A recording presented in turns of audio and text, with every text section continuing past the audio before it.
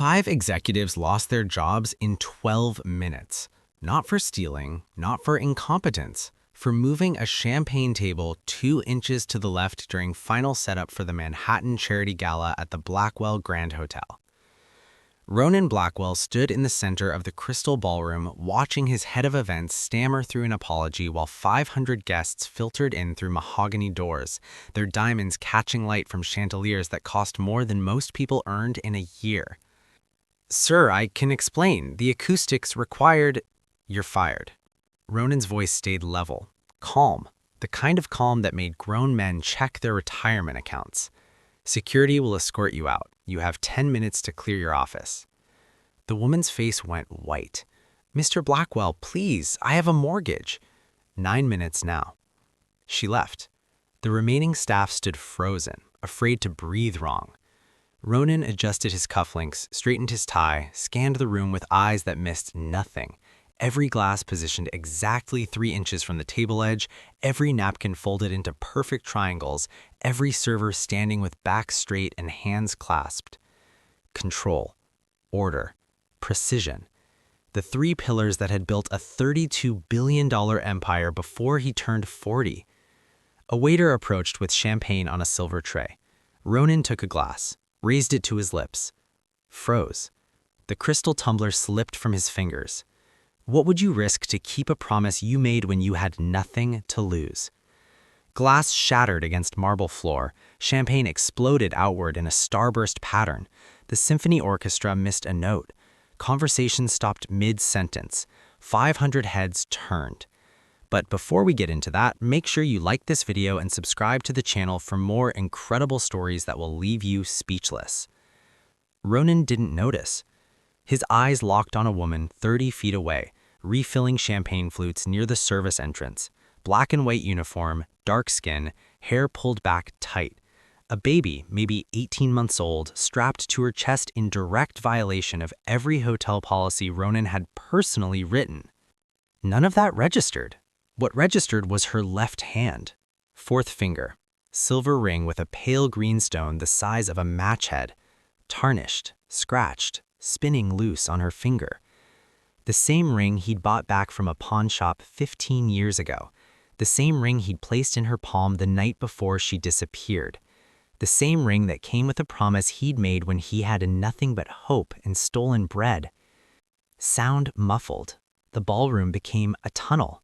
His pulse hammered in his ears. Someone nearby whispered, "Is he having a stroke?" Another voice, "Someone get his assistant."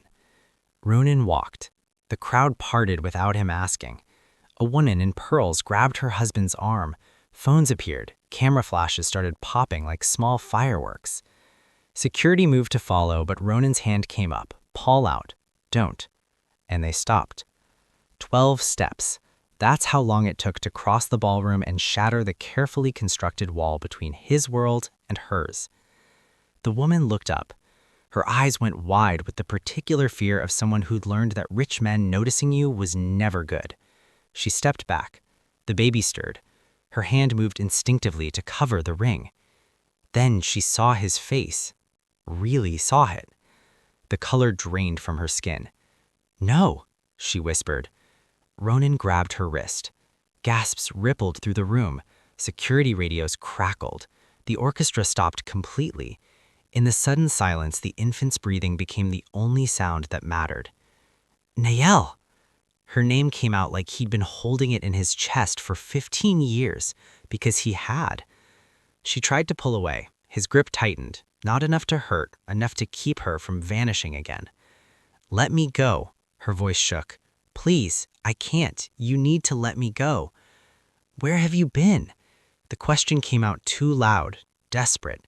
Nothing like the controlled businessman who'd built empires on ice-cold negotiations.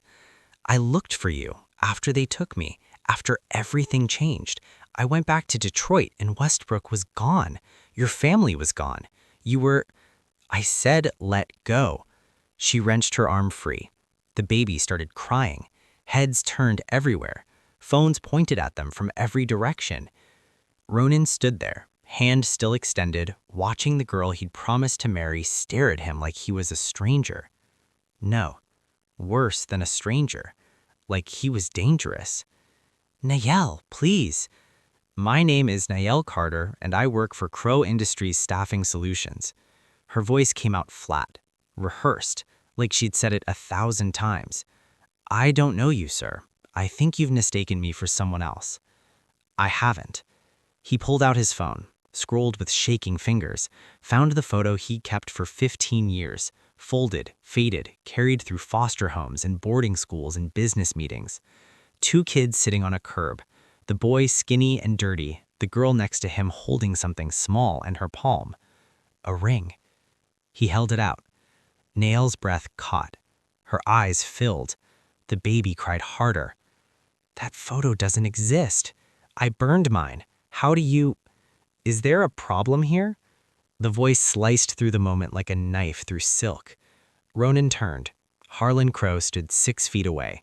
Perfectly tailored charcoal suit, silver hair immaculate, smile sharp enough to draw blood without leaving marks.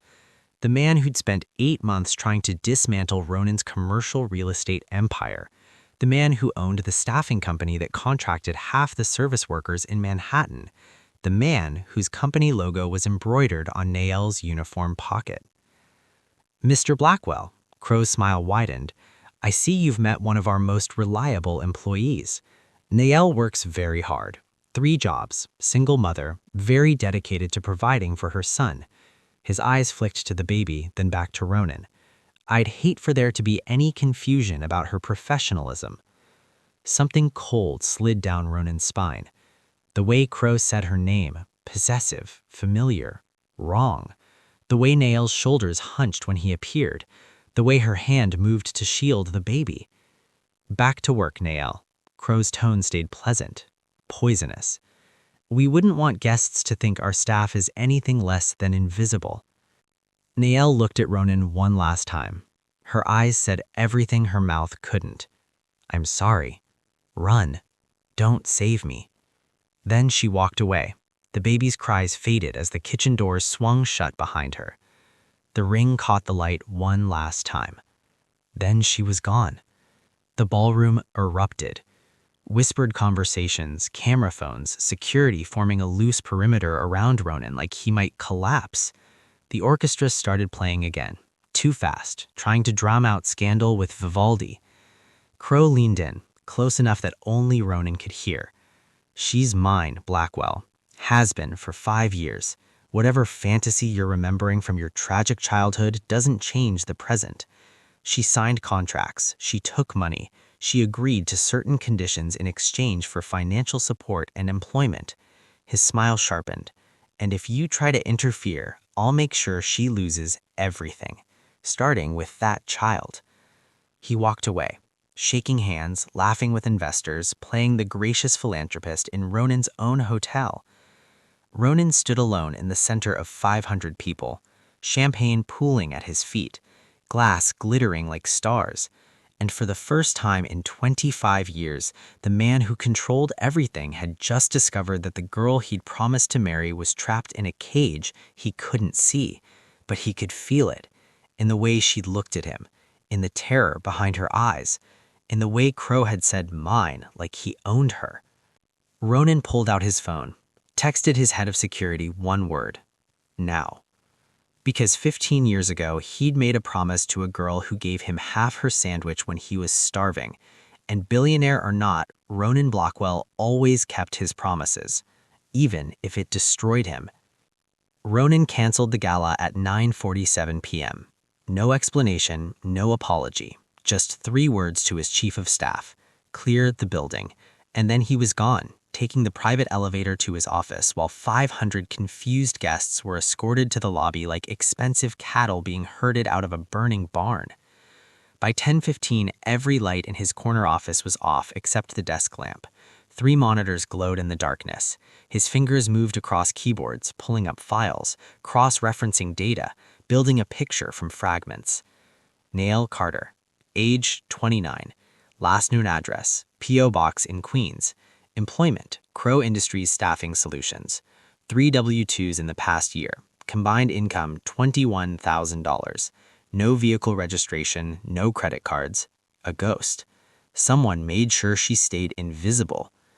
His office door opened without knocking. Marcus Williams, head of security, stepped in carrying a tablet and the expression of someone who just found a body. "You're not going to like this. Show me." Marcus set the tablet on the desk, pulled up a file. Court records, sealed documents with half the text redacted. Carter, Neyalem versus sealed defendant. Order of protection, granted. Case details, sealed by court order. Date filed March 2021. Judge, Mary Ann Folt. Ronan's jaw tightened. Who sealed it? That's the problem. I can't access the defendant's name without a federal warrant, but I can tell you who paid for the lawyers. Marcus swiped to the next page. Crow Legal Group, same firm that handles all Harlan Crow's personal matters. The pieces started. Niall stood in the doorway of Ronan's office like she might run at any second. The baby, Jamal, slept against her shoulder, tiny fists curled into her uniform. She'd changed out of the hotel clothes into jeans and a jacket that had seen too many winters. Her hair was down now, longer than he remembered, streaked with exhaustion. But her eyes, those were the same eyes from 15 years ago, the girl who'd given him half a sandwich, the girl who'd laughed when he promised to marry her. Except now they were filled with terror. "Close the door," Ronan said. She did. Stepped further into the office but stayed near the exit. Survival instinct. He recognized it because he'd had it once. "Sit." "I'd rather stand." "Then stand." Silence stretched between them. The city hummed 42 floors below. Jamal's soft breathing filled the space. Niall's fingers drummed against the baby's back. Once, twice. Stopped when she realized Ronan was watching. "You shouldn't have grabbed me." Her voice came out quiet, strained. "In the ballroom, in front of everyone. You shouldn't have said my name." "I know." "You made me visible. That's the one thing I can't be." "I know that too." "Then why—" She stopped, swallowed hard. "Why did you do it?" Ronan moved to his desk, pulled open the bottom drawer, retrieved the faded photograph he'd shown her in the ballroom, set it between them next to the court file he'd just received. "Because I made you a promise 15 years ago, and I've spent every day since trying to become the kind of man who could keep it." Niall stared at the photo, at the two kids that used to be. "You said you'd marry me when you got rich." Her laugh came out broken. "We were children playing pretend in hell." "I wasn't pretending." "Neither was I.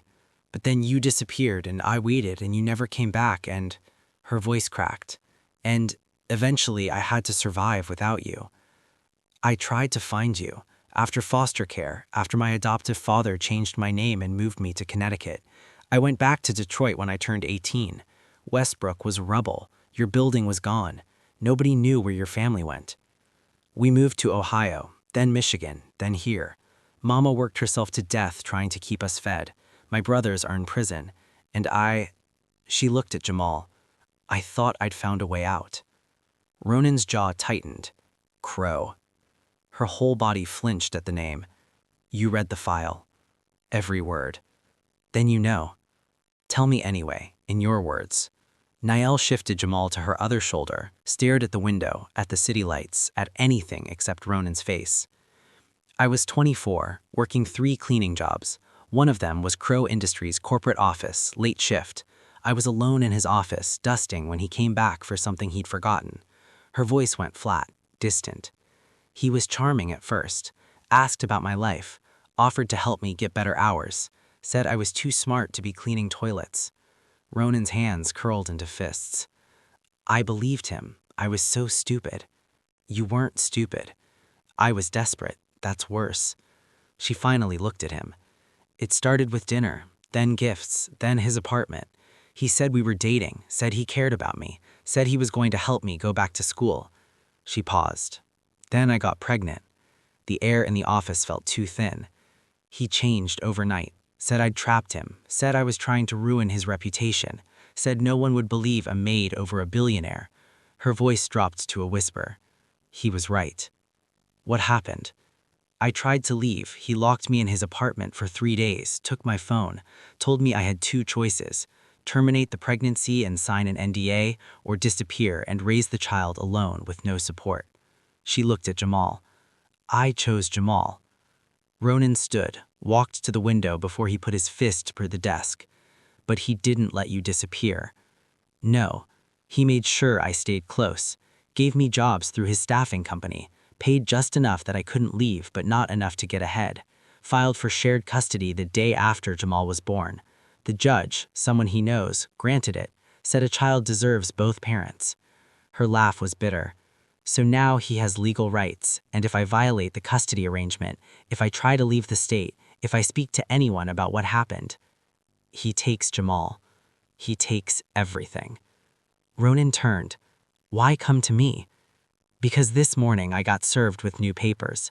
Emergency custody hearing, Monday. He's claiming I'm unfit, says I work too much, says I move too much, says Jamal deserves stability. Her voice shook. He's going to win. He has judges, he has lawyers, he has money, and I have... She gestured at herself, at the uniform, at the reality of who she'd become. Ronan walked back to the desk, picked up the court file. He has money. I have more. He has lawyers. I'll get better. He has judges. He looked at her. I'll buy new ones if I have to. Niall's breath caught. You can't. I can do anything I want. That's what being a billionaire means. He set the file down. But I won't do anything without your permission. This is your life, your son, your choice. I'm just offering resources. Why? The question came out desperate, raw. Why would you risk everything for someone you haven't seen in 15 years? For someone who's been used, broken, trapped? Ronan's voice went quiet. Because 15 years ago, you were the only person who treated me like I mattered. You gave me food when you were starving. You laughed with me when we had nothing. You wore that ring. He pointed at her hand. You wore it like it meant something, even though we both knew it was worthless. Niall's fingers went to the band, spun it unconsciously. It's not worthless. No, it's not, because it represents the only promise I've ever made that mattered, and I'm tired of being the kind of man who breaks promises. Tears spilled down Niall's cheeks. I can't pay you back. I can't afford... I don't want your money. I want... He stopped, searched for the right words. I want you to be free. I want Jamal to be safe. And I want Harlan Crow to understand that he can't own people just because he's rich. Niall stared at him, at this stranger who was somehow still the boy from the photograph. If we do this, if we fight him, he'll destroy you. He'll leak stories. He'll make you look like I'm manipulating you, using my wealth to control you, exploiting a vulnerable woman. Ronan's smile held no warmth. He already called and threatened exactly that. Let him try. You don't understand. He's connected. He knows people. He can... So can I. And unlike him, I don't need to threaten women to feel powerful. Silence. Jamal stirred, whimpered. Niall rocked him automatically. What's your plan? She asked quietly. First, I get you somewhere safe. Not your apartment. He's already watching it. Somewhere he can't reach. Then we file a counterpetition. Document everything. His harassment, his assault, his manipulation. We prove you're not an unfit mother. We prove he's an unfit human being. The NDA was signed under duress. Any decent lawyer will argue it's invalid. He'll sue me for everything. He'll try, and I'll bury him in legal fees until he drowns. Niall's hands shook. This is insane. Probably. I should leave. You could. She didn't move. Monday, she whispered. The hearing is Monday. That's 72 hours. Then we have 72 hours to prepare. What if we lose? Ronan met her eyes. We won't. You can't promise that. No, but I can promise I'll fight for you the way someone should have fought for you 5 years ago. I can promise you won't be alone, and I can promise... He paused, searched for the right words. I can promise that the boy who said he'd marry you is still here, still keeping his word, still trying to be someone worthy of that promise. Niall's breath hitched. Before she could respond, Ronan's phone buzzed. Marcus, text message with a photo attached. Ronan opened it. The screen showed Niall's apartment building. 4 men now, not 3. Professional, armed, one of them holding a manila envelope. Caption. They're preparing to serve her with something. Want me to intercept? Ronan showed Niall the photo. Her face went white. He knows I'm here. Yes. He's going to try, but right now you're not going back to that apartment. You're staying here. Presidential suite, top floor, security, until this is over. I can't afford. You're not paying. I can't just accept. You can, and you will, because in 72 hours, we're walking into that courtroom and we're taking everything from him. But first, you need to be safe. Jamal needs to be safe. Ronan pulled out his phone. I'm calling my attorney now. Her name is Simone Wallace. She's the best family lawyer in the state. She's going to prepare you for court, and she's going to make sure Crow regrets ever touching you. Niall stared at him, at this impossible offer, at the life raft being thrown to someone who'd been drowning for 5 years. Why are you really doing this? Her voice barely whispered. Ronan looked at the ring on her finger, at the boy and girl in the photograph, at the 15 years between who they were and who they'd become. Because I loved you, and I was too late to save you, but I'm here now, and I'm not losing you again. The words hung in the air. Niall's tears fell harder. And then Ronan's office phone rang. He grabbed it. What? His night security manager, voice tight. Sir, there are men in the lobby, 4 of them. They're demanding to speak with Miss Carter. They say they have legal documentation requiring her immediate. Tell them she's under my protection. Tell them if they don't leave in 60 seconds, I'll have them arrested for trespassing. Sir, they're saying. The phone was yanked away. A new voice came through. Cold, familiar. Blackwell, this is getting tiresome. Your men are trespassing. 15 years earlier, Detroit tasted like rust and broken promises. The Westbrook housing project crouched at the edge of the city like a wounded animal. 12 buildings half condemned, the rest barely standing. Graffiti screamed from every wall. Windows gaped like missing teeth. The playground was a graveyard of twisted metal and cracked concrete where nothing grew except desperation. Ronan Maddox, he wasn't Blackwell yet, lived nowhere and everywhere. 13 years old, skinny enough to slip through broken fence links, fast enough to outrun security guards, smart enough to know that being invisible kept you alive. He'd been on his own since his mother overdosed when he was 10. 3 years of shelters, streets, squats, and stealing. 3 years of learning that the world didn't care if you disappeared. Niall Carter lived in Building 4 with her mother, 2 younger brothers, and a rotating cast of neighbors who appeared when the heat worked and vanished when it didn't. She was 14, too loud, smiled too much for someone who owned 4 shirts and ate rice with ketchup most nights. She found him in the alley between buildings on a Tuesday afternoon, elbow deep in a dumpster searching for anything worth selling. You're wasting your time, her voice came from above. Nothing in there except rats and broken dreams. Ronan jumped, nearly fell into the garbage, spun around, looking for threats. Niall sat on the fire escape, legs dangling, grinning like she'd just told the funniest joke in the world. Relax, I'm not robbing you. How do I know that? 'Cause if I was, I'd wait till you found something first. She climbed down, dropped next to him, pulled half a sandwich from her pocket, flattened, wrapped in a napkin. You look hungry. I'm fine. You're a liar. Eat.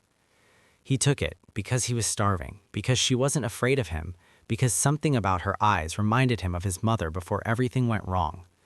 They sat on the curb, ate in silence. Cars with missing hubcaps rolled past. Someone shouted in Spanish from a window. A dog barked. A siren wailed far enough away that nobody cared. I'm Niall. Ro. That's short for something? Ronan. Weird name. So's Niall.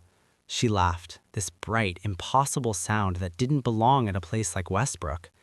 My daddy picked it, said it meant champion. He died before he could teach me how to fight like one. She shrugged. I learned anyway. Sorry about your dad. Don't be. I barely remember him, just his voice and this. She pulled something from her pocket, turned it over in her palm. A ring. Silver, scratched, tiny green stone that looked like colored glass. Doesn't look like much, Ronan said. It's not, but Dottie gave it to Mama before he died, told her it meant forever, told her to keep it even when things got bad. Niall's voice softened. Things are bad now. Mom is gonna have to sell it next week to pay for medicine. Can't you stop her? With what? I'm 14. I got no money, no power, nothing. She slipped the ring back in her pocket.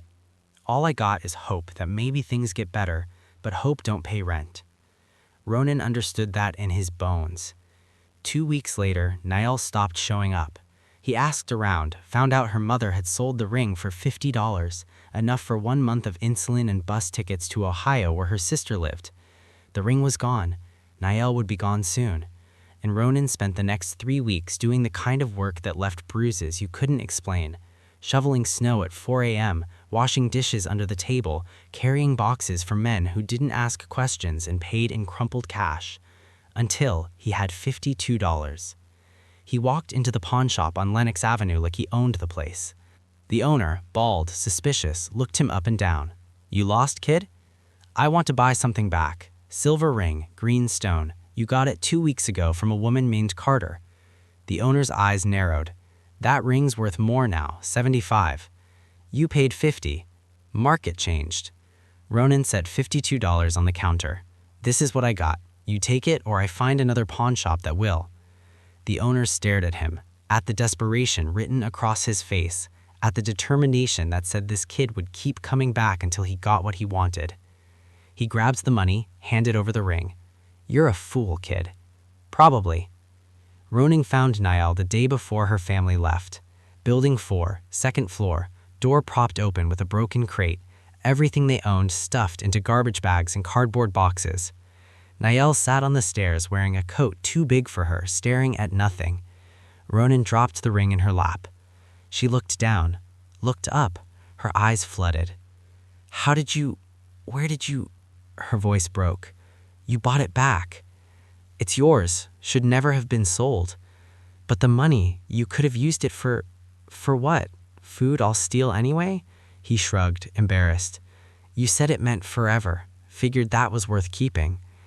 Niall put it on, fourth finger, left hand, too loose, but she didn't care. She stared at him like he'd handed her the moon. "Why would you do this?" Ronan didn't have an answer, just feelings he couldn't name, just the knowledge that this girl with the too bright smile deserved something permanent in a world that kept taking everything. "You're leaving tomorrow," he said. "Yeah. I don't know when I'll see you again." "Probably never." She wiped her eyes. "We don't get happy endings in Westbrook." "Maybe we do, just later." She laughed. "You believe that?" "I gotta believe something." Niall grabbed his hand, squeezed hard. "One day I'm gonna pay you back for this." "You don't owe me nothing." "I owe you everything." She looked at the ring, at him, at the impossible thing he'd just done. "One day when things are different, when we're not kids anymore, when the world stops crushing us." She smiled. "I'm gonna find you, and I'm gonna prove that you were right, that we do get happy endings, just later." Ronan swallowed hard, felt words climbing up his throat that he'd never said to anyone. "When I get rich," he stopped, started again. "One day I'm going to be rich, and when I am, I'm coming back for you, and I'm gonna marry you, for real, not pretend." Niall stared at him, then laughed so hard she almost dropped the ring. "You're crazy." "Probably. We're kids." "So what? Doesn't make it less true." She searched his face, saw something there that killed the laughter. "What if I forget?" "I won't." "What if I do?" "Then I'll remind you." She kissed his cheek, quick, embarrassed. "Okay, Ro, when you're rich, when things are different, when we're not drowning anymore." She squeezed his hand one last time. "Find me, and we'll see if fairy tales can survive the real world." "They can." "How do you know?" "'Cause I gotta believe something." She left the next morning. He watched from the alley, watched her family load into a borrowed car, watched her press her hand against the window, watched the ring catch the light one last time. Then she was gone. 3 months later, foster services found Ronan sleeping in an abandoned car.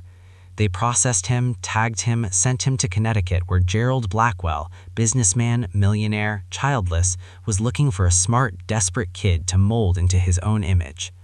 Gerald changed his name, changed his clothes, changed his history, told him the past was dead weight, survival meant moving forward, sentiment was weakness. He tried to forget. He went to private schools, learned to speak differently, learned to walk differently, learned to bury the boy from Westbrook under layers of education and ambition and cold, ruthless focus. He built Gerald's business into an empire. He made his first billion at 32. And he never stopped looking for Niall Carter. Not actively, not obsessively, but in the quiet moments between deals and meetings and conquests, in the empty spaces where memory lived. He went back to Detroit 3 times. The first time, Westbrook was rubble. The second time, he hired investigators who found nothing. The third time, he found her mother's obituary and arrived 3 days too late to say goodbye. He told himself it was over, that childhood promises didn't survive in the real world, that the girl with the too bright smile was gone, that he imagined the whole thing. Until he saw a ring on a woman's hand in a ballroom, until he heard a baby cry, until he realized the promise hadn't died, it had just been waiting. Ronan stood in the presidential suite watching dawn break over Manhattan. 72 hours until the hearing. 72 hours until Niall either kept her son or lost him forever. 72 hours until the boy from Westbrook finally became the man he'd promised to be. His phone buzzed. Simone Wallace, the lawyer. Text. Read the media coverage. We need to talk now. He walked to the bedroom where Niall slept, Jamal tucked against her chest, both of them exhausted, both of them scared. He watched them for a moment, then made himself a promise. Whatever it cost, whatever he had to burn, whatever pieces of himself he had to sacrifice, he would keep the promise he'd made 15 years ago. Because fairy tales didn't survive the real world, unless you fought for them. And Ronan Blackwell was about to start a war. The champagne glass hit the wall at 6:47 a.m. Ronan stood in his office, tie undone, shirt wrinkled, surrounded by 3 monitors displaying news headlines that all said the same thing in different words.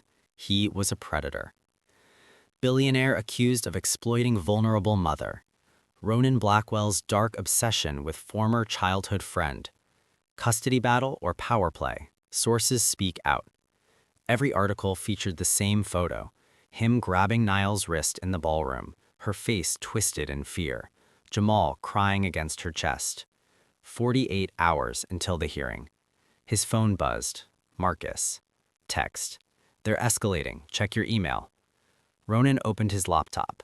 The subject line made his blood freeze. Emergency custody motion. Granted. He clicked. Judge Richardson has granted Harlan Crow's emergency motion for temporary custody pending Monday's hearing. Niall Carter is ordered to surrender the minor child Jamal Carter to Mr. Crow's representatives by 5 p.m. today. Failure to comply will result in immediate arrest for contempt and parental kidnapping. Ronan read it twice. Then he was moving, out of his office, into the elevator, up to the presidential suite. He burst through the door without knocking. Niall sat on the floor with Jamal, building towers out of plastic blocks. She looked up, saw his face. The color drained from hers. Niall said, "What happened?" Ronan handed her his phone. She read the email, once, twice. Her hands started shaking so hard she dropped the phone. Niall whispered, "He's taking him, today. He's taking my baby today." Jamal laughed, knocked down his tower, clapped his small hands together. Niall grabbed him, held him so tight he squirmed. Her whole body shook. Niall said louder, "I won't let him. I'll run. I'll take Jamal and I'll disappear and—" Ronan knelt in front of her. "If you run, he wins. The judge will declare you unfit. You'll lose custody permanently, and Crow will make sure you never see Jamal again." Niall's tears fell on Jamal's curls. "Then what do I do? Just hand him over? Let that monster take my son?" Ronan said, "You trust me." Niall laughed, sharp, bitter. "Trust you? I don't even know you anymore. You're not the boy from Westbrook. She gestured at the suite, at the luxury, at everything. "You're just another rich man making promises you can't keep." The words hit like bullets. Ronan stood, walked to the window, stared at Manhattan stretching out below. Ronan said quietly, "You're right. I'm not the boy from Westbrook anymore. That boy was powerless. That boy couldn't protect anyone. That boy watched people disappear and did nothing." He turned. But I'm not powerless now, and I'm not doing nothing. Niall said, "What can you possibly—" Ronan's phone rang. He answered, "Tell me you have something." Simone Wallace's voice came through, sharp, professional. "I have everything. Court records from 3 other women, sealed cases, all following the same pattern as Niall's: assault, coercion, settlements, NDAs. And one of them," she paused, "one of them is willing to testify." Ronan's heart pounded. "When?" Simone said, "Monday, in open court. She'll violate her NDA, she'll risk the lawsuit, she'll tell the judge everything Crow did to her. But," Ronan said, "but what?" Simone said, "But we need Niall to testify too. 1 woman breaking an NDA looks like revenge. 2 looks like coincidence. 3 looks like a pattern. We need 3 voices to prove this isn't about Niall, it's about him." Niall looked at Ronan. She was already shaking her head. Niall said, "I can't. The NDA says if I speak publicly about him, he can sue me for $2 million. I don't have $2 million. I don't have $2,000. If I testify, he'll take everything. He'll take Jamal and I'll be in debt for the rest of my life and—" Ronan said, "I'll pay it." Niall blinked. "What?" Ronan said, "If he sues you for violating the NDA, I'll pay the $2 million. I'll pay $10 million. I'll pay whatever it takes. But you have to testify. You have to stand in that courtroom and tell the truth."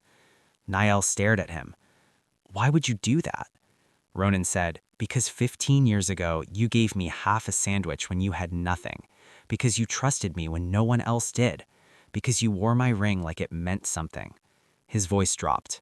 "Because I made you a promise, and I'm tired of being the kind of man who breaks promises." Niall's tears fell harder. Jamal reached for Ronan, made soft sounds, wanted to be held. Ronan looked at Simone through the phone. "What time is the emergency custody transfer?" Simone said, 5 p.m.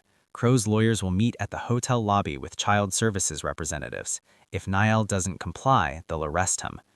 Ronan checked his watch. "That gives us 10 hours. Simone said, 10 hours to do what?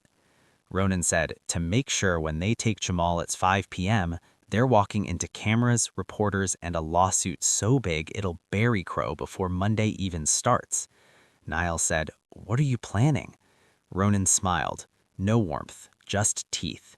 Ronan said, "I'm planning to give Harlan Crow exactly what he wants, in front of the entire world." At 4:45 p.m., the hotel lobby looked like a war zone. 17 news crews, cameras everywhere, reporters shouting questions, hotel security trying to maintain order while guests complained about the chaos. Ronan stood near the entrance, perfect suit, perfect tie, face carved from marble, waiting. At 4:52, the elevator doors opened. Niall stepped out holding Jamal, wearing jeans and a sweater, hair down, no makeup, face red from crying. She looked like exactly what she was, a terrified mother about to lose her child. The cameras loved it. Niall walked toward Crow. Each step looked like it cost her everything. She stopped 3 feet away. One of the child services representatives stepped forward, a woman in her 50s with kind eyes and a clipboard. The woman said gently, "Niall, I know this is hard, but we need you to hand over Jamal now. The court order is very clear." Niall looked at Jamal, at his small face, at his trusting eyes. She kissed his forehead. Then she looked at Crow. Niall said loud enough for every camera to hear, "His name is Jamal Carter. He's 18 months old. He's afraid of the dark. He only sleeps if you sing to him. He's allergic to strawberries, and he doesn't know you, because you've never been his father. You've only been his jailer." Crow's smile vanished. Crow said, "Miss Carter, you're in contempt of—" Niall said louder, "5 years ago, you assaulted me. You locked me in your apartment for 3 days. You threatened me. You forced me to sign papers that made me disappear. And when I got pregnant, you told me I was nothing, that no one would believe me, that I should be grateful you touched me at all." The reporters exploded. Questions shouted from every direction, cameras zooming in. Crow's lawyers moved forward, but Niall kept talking. Niall said, "You made me work 3 jobs that paid nothing. You controlled where I lived, who I talked to, where my son went to daycare, and you told me that if I ever spoke the truth, you'd take Jamal, you'd make me lose him forever, you'd destroy what little I had left. Crow's face went red. This is slander, this is... Niall said, this is the truth, and I'm done being silent. She handed Jamal to the child services representative. Her hands shook, her tears fell, but she let go. The baby talked, reaching for his mother. Niall stood there, empty arms, empty hands. The cameras captured everything. Then Ronan stepped forward. Ronan said to the cameras, to the reporters, to the world, "My name is Ronan Blackwell, and I'm formally announcing that I'm funding a full investigation into Harlan Crow's treatment of female employees over the past 10 years. Every sealed case, every NDA, every woman he's silenced. We're reopening them all, and we're filing a civil suit for assault, coercion, and abuse of power." Crow said, "You have no standing to..." Ronan said, "I have standing because Niall Carter is under my legal protection, and because 2 other women are ready to testify in open court on Monday about what you did to them." Crow's lawyer started whispering urgently. Crow said, "This is harassment. This is a publicity stunt. This is..." Ronan said, "This is justice, and you're about to understand what it feels like to be powerless." Crow stepped forward, close enough that only Ronan could hear. Crow whispered, "You just destroyed her. Every word she speaks violates her NDA. I'm suing her for $2 million. She'll be bankrupt, homeless, and she'll never see Jamal again. You did this. You convinced her to speak, and now she's lost everything." Ronan whispered back, "Then sue me too, because I'm paying her legal fees. I'm paying the NDA violation. I'm paying everything. And Monday comes, you're gonna wish you'd let her disappear." Crow's eyes went cold. "You're making the biggest mistake of your life." Ronan said, "I've made plenty. This isn't one of them." Crow left with Jamal. The baby's cries echoed through the lobby. Niall collapsed. Ronan caught her before she hit the ground. The cameras captured that too. And somewhere in Manhattan, Judge Richardson watched the news and realized Monday's hearing just became the most watched custody case in the country. The fundraiser at the Metropolitan Club was supposed to be neutral territory.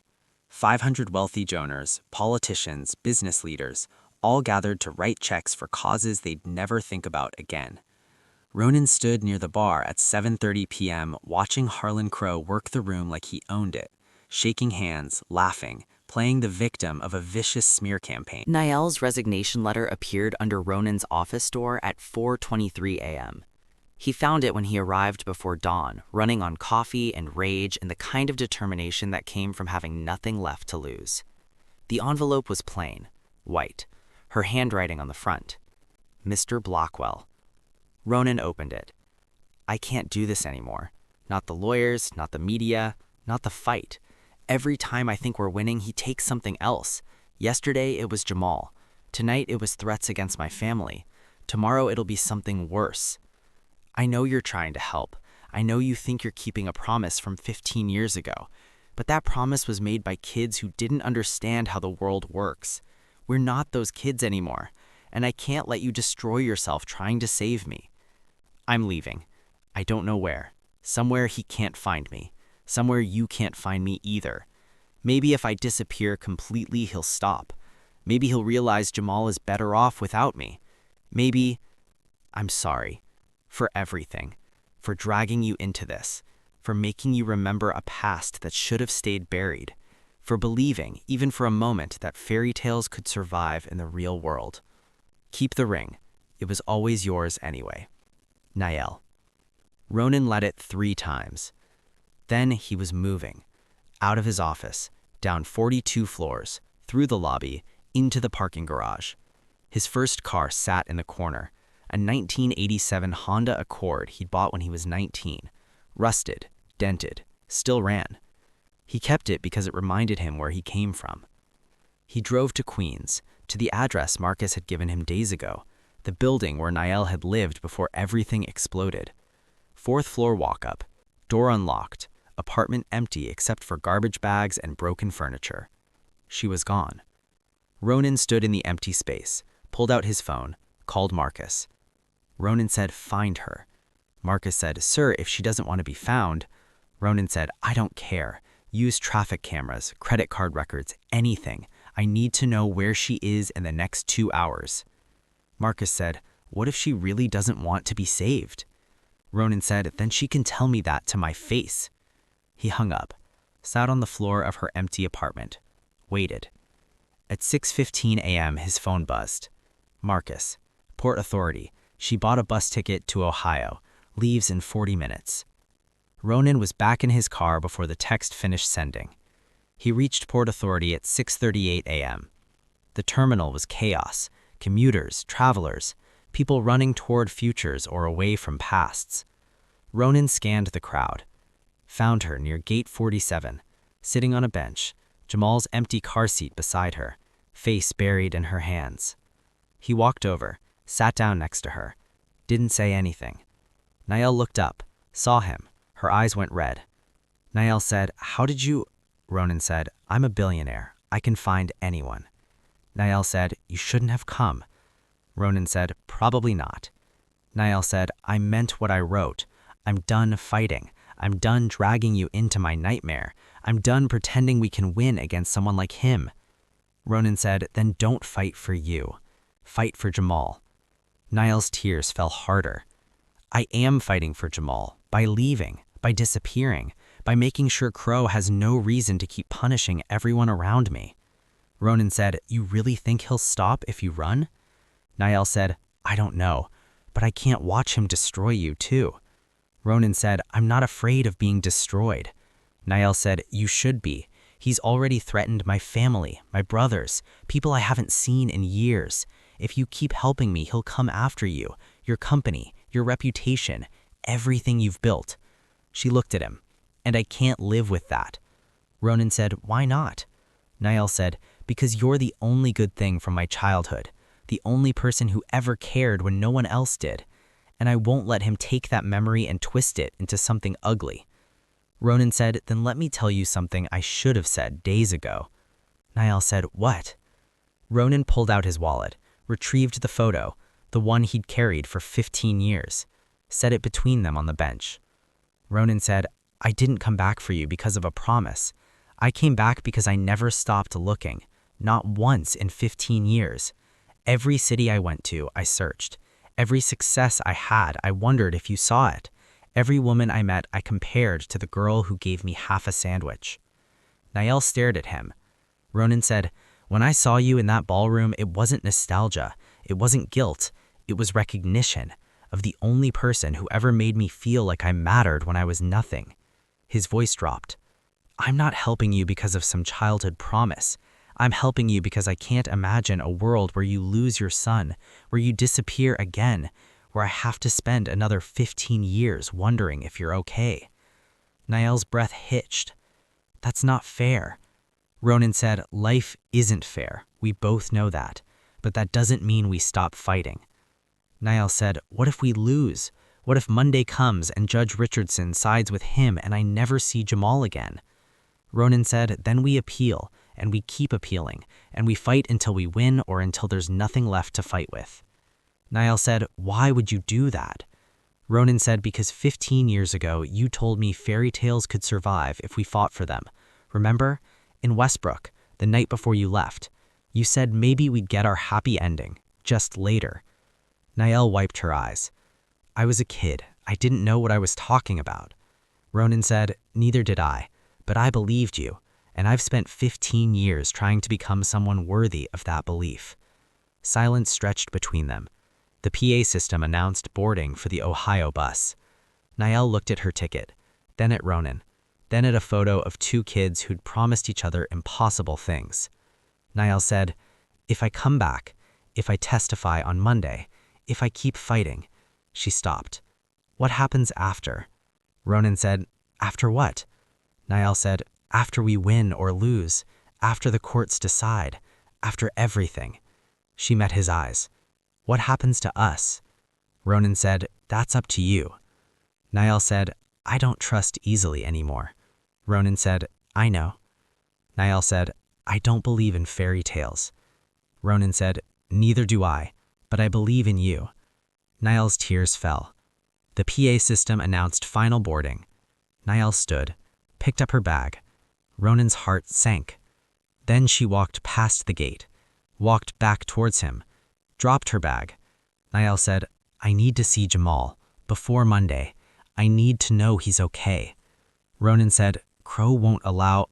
Niall said, "I don't care what Crow allows. I need to see my son, even if it's just for 5 minutes, even if it's through a window. I need to know he's safe." Ronan pulled out his phone. "Then let's make sure he is." He made 3 calls, first to Marcus, then to Simone, then to someone whose number he'd sworn he'd never use again. At 3:47 p.m., Ronan's car pulled up outside a brownstone in Brooklyn, Crow's temporary residence, where he'd taken Jamal after the custody transfer. Security cameras everywhere, guards at the door, impossible to breach. Ronan and Niall sat in the car across the street. Niall said, "This is insane. We can't just—" The front door opened. A woman, late 60s, gray hair, kind face, stepped out, holding Jamal.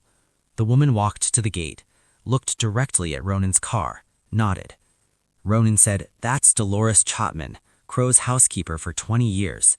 I called her this morning, told her the truth about what Crow did, told her about you."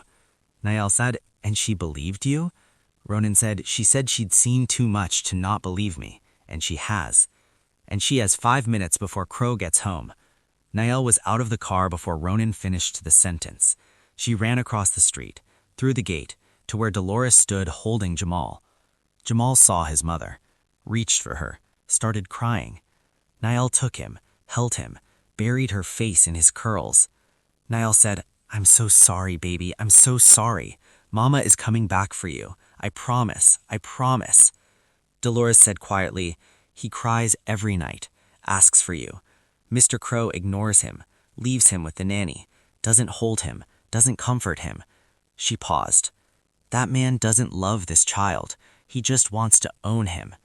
Niall said, "Is he okay? Is he eating, sleeping?" Dolores said, "He's surviving, but he needs his mother." Niall kissed Jamal's forehead, his cheeks, his hands. Jamal grabbed her face, smiled through tears. Dolores said, "You have 2 minutes. His car just turned on the block." Niall ran back to the car. Ronan pulled away just as Crow's black sedan turned the corner. Niall sobbed in the passenger seat. Ronan drove in silence. After 10 minutes, Niall said, "Thank you." Ronan said, "For what?" Niall said, "For reminding me what I'm fighting for." Ronan said, "You never forgot." Niall said, "Sometimes I wish I could." They drove back to Manhattan, and somewhere behind them, Harlan Crow walked into his brownstone and realized someone had been there, realized his control was slipping, realized Monday was going to be different than he'd planned. At 11:58 p.m., Niall sat in the presidential suite staring at the ring on her finger. Ronan knocked, entered without waiting for permission. Ronan said, "I found something, about the judge, Judge Richardson." Niall looked up. "What kind of something?" Ronan said, "The kind that changes everything." Judge Richardson's file landed on Simone Wallace's desk at 7:47 a.m. Monday morning, 3 hours before the hearing. Simone opened it, read the first page, read it again. Then she called Ronan. Simone said, "Where did you get this?"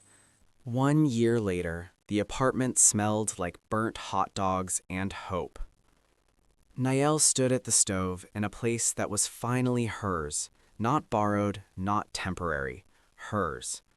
Ronan had helped with the down payment, but the mortgage was in her name. The furniture was second-hand. The walls needed paint. The pipes made strange sounds at night. It was perfect. Jamal sat in his high chair, covered in spaghetti sauce, laughing at nothing the way toddlers do when the world still makes sense. Someone knocked. Niall opened the door. Ronan stood there, holding flowers, not expensive ones, grocery store daisies that cost $5. Niall said, "You're late." Ronan said, "Traffic." Niall said, "You own a helicopter." Ronan said, "Traffic on the roof." She laughed, let him in. He handed her the flowers, picked up Jamal, made faces that made the toddler giggle. They ate burnt hot dogs at a table that wobbled, drink cheap wine from mismatched glasses, talked about nothing important. After dinner, Ronan helped clean up, helped put Jamal to bed, stood in the doorway watching the child sleep. Ronan said, "He looks like you." Nael said, "He looks like trouble." Ronan said, "Same thing." They walked to the living room, sat on the couch that sagged in the middle. Nael said, "I got a job offer today, manager position at a hotel downtown, real salary, benefits, normal hours." Ronan said, "Are you going to take it?" Nael said, "I already did." Ronan smiled. "Good." Nael said, "I'm also enrolled in community college, business management, start in September." Ronan said, "You're going to be amazing." Nael looked at him. "You don't have to keep checking on me. I'm okay now. We're okay." Ronan said, "I know." Nael said, "So why do you keep coming back?" Ronan said, "Because 15 years ago, I made a promise, and I'm still trying to figure out how to keep it." Nael said, "You already kept it. You saved me. You got Jamal back. You did everything you said you'd do." Ronan said, "Not everything." He pulled something from his pocket, set it on the coffee table between them. A ring. Not the old one, a new one. Still simple, still silver, still modest, but made by hand, by him, in a metalworking class he'd taken secretly for 6 months. Nael stared at it. Ronan said, "I'm not asking for an answer. I'm not asking for anything except the chance to keep showing up, to keep trying, to keep proving that promises made in hell can survive if you fight for them." Nael picked up the ring, turned it over in her palm. Nael said, "This is insane." Ronan said, "Probably." Nael said, "We barely know each other anymore." Ronan said, "Then we'll learn." Nael said, "I'm not the girl you remember." Ronan said, "Good, because I'm not the boy you remember either." Nael slipped the old ring off her finger, placed it next to the new one. 15 years apart. 15 years of survival. 15 years of waiting for a promise to come true. She put the new ring on. Nael said, "This doesn't mean yes." Ronan said, "I know." Nael said, "It means maybe." Ronan said, "That's enough." They sat in comfortable silence, two people who'd survived everything trying to figure out if fairy tales could survive the real world. Outside, Manhattan hummed. Inside, burnt hot dogs cooled on cheap plates. Jamal slept peacefully, and two worthless rings sat side by side on a coffee table that had seen better days. Proof that promises mattered. Proof that kindness survived. Proof that sometimes the best things in life cost nothing and mean everything. Nael said, "You know what the crazy part is?" Ronan said, "What?" Nael said, "I think we actually made it, against every odd, against every person who said it was impossible. We made it." Ronan said, "We're not done yet." Nael said, "What's left?" Ronan said, "The rest of our lives." Nael leaned her head on his shoulder, and for the first time in 15 years, the boy from Westbrook and the girl who wore his ring believed that maybe, just maybe, fairy tales could survive. If you fought for them, if you believed, if you kept your promises even when the world said they didn't matter. The end. If this story touched your heart, hit that subscribe button and turn on notifications so you never miss our next inspiring tale. Share your thoughts in the comments below. Your story might inspire someone else who needs hope today. Remember, the most powerful promises are the ones we keep when no one's watching. See you in the next story.